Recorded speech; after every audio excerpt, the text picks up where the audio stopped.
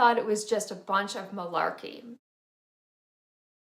There is something that you need to know about the law of attraction. This is especially important for fellow adult children of alcoholics and anyone who's been in dysfunctional families or environments. The law of attraction says that your mind is more powerful than all of the external factors that we have as ACOAs and others believed have defined our lives. If you're new here, I'm Jody. I'm an adult child of an alcoholic. I am creating the life that I want and helping others to do the same. If you're not subscribed, I hope you will. My interpretation of the law of attraction is that it's a rule that applies to all things in the universe.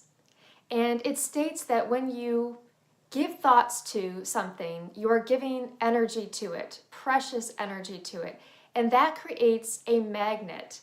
And that magnet attracts more things like your thoughts and what you're giving energy to. And the most common analogy shared about the law of attraction is that it's like having a radio tower, and the signals that you emit from your tower create your frequency.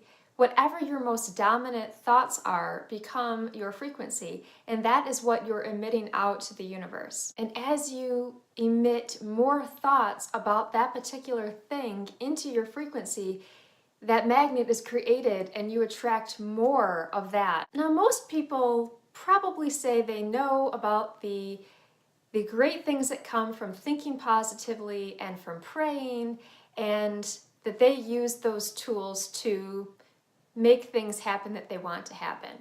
But what they might be unknowingly doing is actually creating exactly what they don't want to happen because of the way that they're sending those thoughts out into their frequency. See, when you focus on what you don't want to happen, you're confusing the universe. And here's where the law of attraction has always sounded goofy to me when we're saying things like that, confusing the universe. But as someone who has a wild imagination and has always created very vivid images of terrible things that could happen, I know that this is an easy thing to do. When you're thinking about what you don't want to happen, it's likely that you experienced that very thing firsthand before. Therefore, it's easier to create those images of what it feels like, that very real emotional reaction to that. If you've experienced it before, it's very easy to create all of those images, and you think, I don't want that to happen again. And yet the universe is only seeing those images that you've created. It's like you're a filmmaker and you're handing over the movie reels. The universe is going to take that and deliver exactly what you don't want to happen because it's all that it has seen. Let's say that you are preparing for a job interview. Well, common sense says that you're likely going to think about that very positive job interview. You'll envision the hiring manager listening carefully and not getting distracted and looking away. You'll envision that hiring manager laughing at your jokes and overall getting a good sense that you just nailed it in that interview. But what might happen in that process of positive thinking is that you think back to bad experiences with job interviews or stories that others have told you where it doesn't go well, where the hiring manager is looking away and distracted, not listening to you, or you're stumbling over answers to questions. All of those are movie reels that you are creating and handing over to the universe.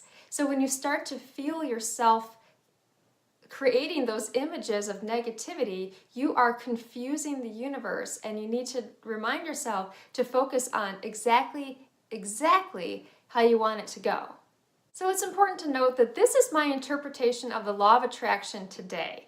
But back in 2007, 2008, when two friends told me about the documentary and book, The Secret, that is all about this topic, I thought it was just a bunch of malarkey. The last thing that I wanted to hear about was some Oprah's book club shenanigan that was just a bunch of woo-woo stuff, self-help stuff that I didn't need because I was tough and I had just one problem that if I could just fix, everything would be okay. Guys, I was, at that time, a law of attraction super user. I was unknowingly using the law of attraction to continue to bring down my life, I had created a mammoth radio tower, and every day I was sending out very powerful signals into my frequency and getting back more and more of what exactly I didn't want. I wish so much that I had listened to my friends talking about that malarkey stuff and dived in and really took time to study what all of that was all about, because I would have very quickly recognized that I had more power in my mind to shape what was going on than I ever could have imagined. And it's no coincidence that at that time that my friends were telling me about the law of attraction, I was entering the darkest time of my life. It was the start of the recession in the US. I was working a job that was extremely stressful for me. Part of it was the job, and part of it was I simply had no tools or ability to manage stress. And my mother was at her lowest, most dangerous point with her addiction. And I was not living. I was constantly stressed, and my mind was simply closed off to anything that would help me recognize what I needed to do to get better. I was 100% obsessed with my mother's drinking at that point. She was binging for days on end. She'd lock herself in her bedroom. She had some DUIs. I was essentially raising my sister, and I was seriously considering petitioning for custody. It was a terribly, terrible, stressful time for me, and it took over all of my thoughts. It was my dominant thought. It was getting my mother to stop drinking. That's all I thought about from morning till night. When I heard in the morning that my mother was already drinking, I would be at work and be so distracted in what I was doing by the thoughts of what could be happening at home. I was so fearful that she was going to drink herself to death, or worse, get into a car and drive drunk and kill somebody else, that she would burn the house down, that my sister would walk in from school to a terrible situation. I was just completely obsessed and preoccupied with my mother's drinking. And so naturally, knowing the law of attraction as I do today, I was sending out into the universe images of my mother drinking and all these horrific things happening. And of course, often those terrible things did happen. My mother had a few DUIs, there was a horrible situation for my sister, all kinds of terrible, terrible things happened. And as this went on, my mother's drinking worsened. My relationship with my father was ruined for that time. My sister was developing lots of anxiety. I couldn't hide the impact on me to my sister or to anyone. I stopped being able to smile, and I plummeted into a pretty extreme case of depression. I really didn't feel like I wanted to go on anymore. I felt such responsibility. I saw no way out of it. And the only thing that made me realize that I needed to do something to change things was the idea of my sister and how much she needed me. And so at that rock bottom point for me, desperation, I finally went looking for something to change things. And it was still rooted in finding a solution and getting my mom to stop drinking.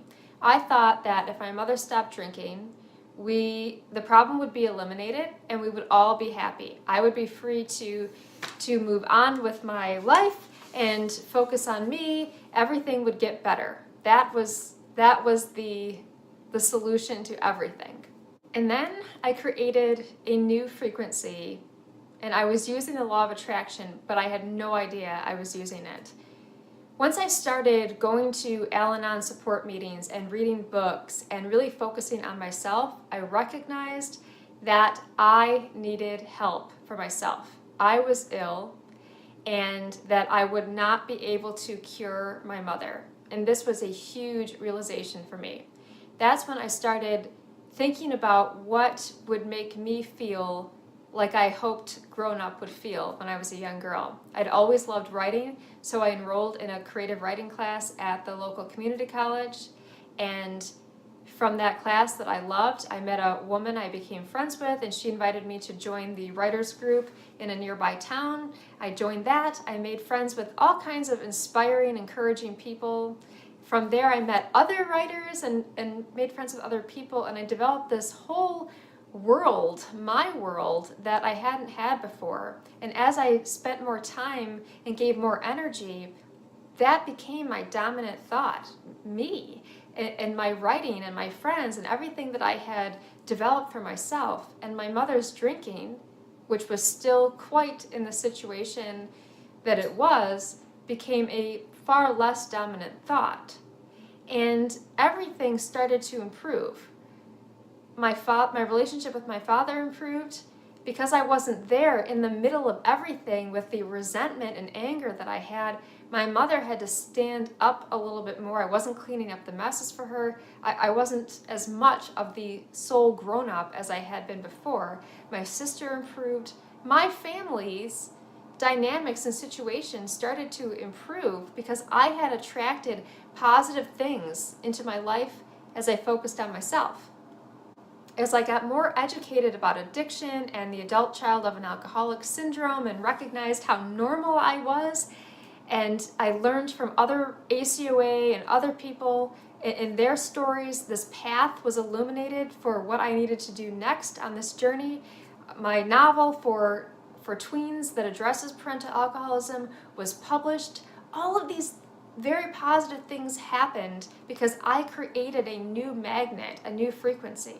And now, years later, after I started this journey, I'm finally recognizing that my mind has so much more power than I have ever realized, and I'm more fully embracing the law of attraction in my life today. Like attracts like, as they say. So every day I write down what I am grateful for, from the major things to the little things. These are positive thoughts that never would have entered my mind, that wouldn't have become thoughts or energy if I hadn't actually made it an exercise to sit down and write down these things that I'm grateful for. And what happens is that I seem to attract more of those types of things that I can be grateful for.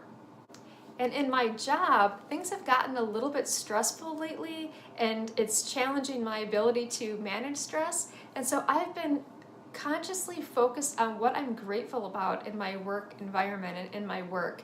And that has had a dramatically positive impact on my ability to manage all of that stress. Another very important element of the law of attraction, in my opinion, is acting as if. Now, when I first learned about this, it sounded kind of ridiculous, but then I started using it and I recognized the power in that. Instead of focusing on what you don't have, if you focus on what you want as if you have it today, some interesting things happen. And there are many stories out there on the internet, in books and videos and social media as a whole, that are pretty shocking. And I think this is where some skeptical folks like me and other ACOAs and others kind of think, yeah, you're kind of making it sound like everyone's just sitting on the couch and looking up to their ceiling and waiting for cash to fall down, because that's the law of attraction. My interpretation of the law of attraction is that it's all about recognizing the power that you have with your own mind to generate more positive things. But you have to put in the effort and the work and have your mind open to the opportunities there. There's still work associated with it. And so what I have done in my acting as if exercises is that I will very frequently say aloud or listen to my recorded voice memo that I have on my phone in the morning before work and before I go to sleep. And that is that I want and I am helping as many people as possible, and that I am earning a defined amount of money every year doing that. I want to be an author, creator, speaker, and do this work because I feel called to do it. It's the life that I want. And so I'm acting as if This is what I do all day, every day, instead of having, a separate job. I do believe that if you send these thoughts out to the universe, you are using the muscles of your mind that most people don't recognize that they have to use. You deserve the life that you want, and I hope that you use the law of attraction to make that happen. I hope you are so well today and that you are taking good care of yourself.